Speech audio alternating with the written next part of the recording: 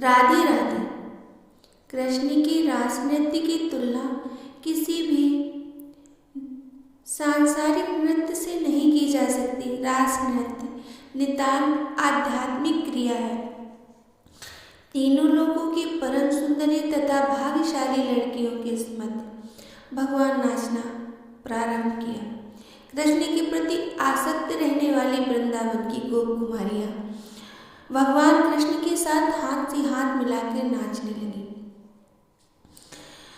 कृष्ण ने अपने को अनेक रूपों में विस्तृत किया। वे प्रत्येक गोपी के पास खड़े हो गए।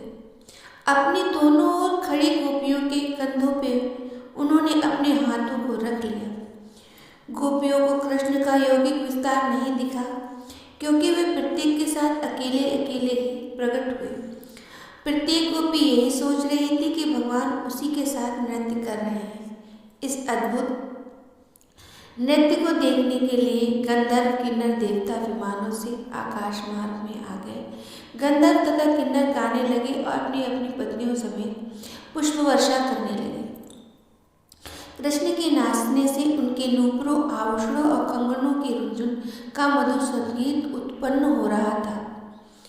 कृष्ण तथा गोपियों के नृत्य के समय उनके अद्वितीय शारीरिक अंग भी दिखाई पड़ रहे थे। उनके पांवों की गति, उनके सिर पे हाथ रखना, उनके भौहों की मटकन, उनकी मुस्कान, गोपियों के रोज वस्त्र, कुंडल, कपोल और फूल से गुथी मालाएं और उनकी नृत्य की गति। भगवान कृष्ण ऐसे प्रतीत हो रहे थे मानो रत्न जटित स्वर्णिम हार कोई नीलमणि सुशोभित हो। भगवान के श्रीअंग बालों के समूह के समान लग रहे थे।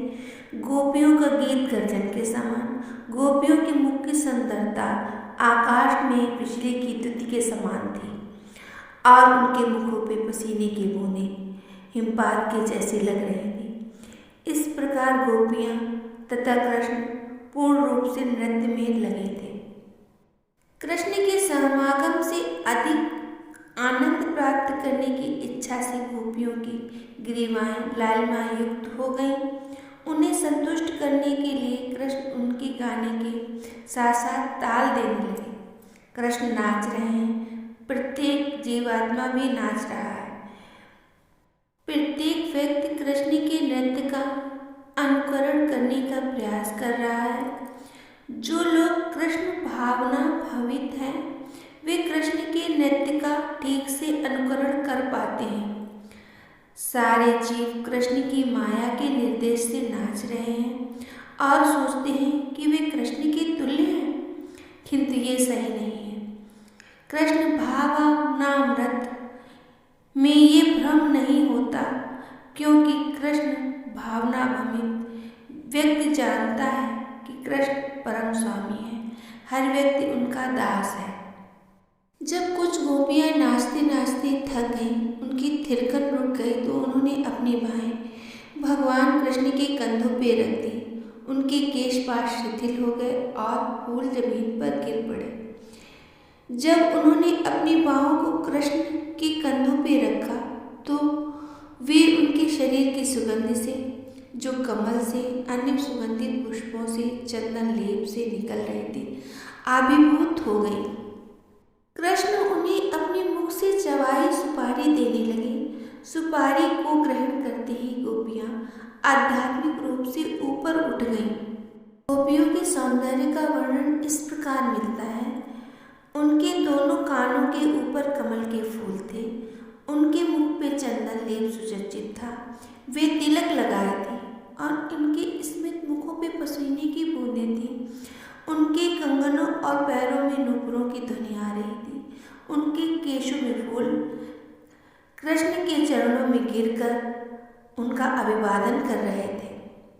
समस्त गोपियां कृष्ण की हृदयनी शक्ति का विस्तार है। कृष्ण गोपियों को स्पर्श करते तो गोपियां आध्यात्मिक शक्ति से परिपूरित हो उठती। वे चाहकर भी अपने वस्त्रों को संभाल नहीं पाती। उनके केश और वस्त्र बिखर जाते, आभूषण ढीले पड़ जाते, क्योंकि कृष्ण के संग के कारण वे अपने आप को भूल जाती हैं। गोपियों ने कात्यायनी देवी से प्रार्थना की थी कि कृष्ण उन्हें पति रूप में प्राप्त हो। अब कृष्ण स्वयं को गोपियों की संख्या के अनुरूप विस्तृत करके तथा पति रूप में उनकी इच्छा की पूर्ति कर रहे थे। हे प्रभु, जिस प्रकार आपने गोपियों की इच्छा को पूर्ण किया, उसी प्रकार आप अपने सभी भक्तों को अपने श्री चरणों का आश्रय दें।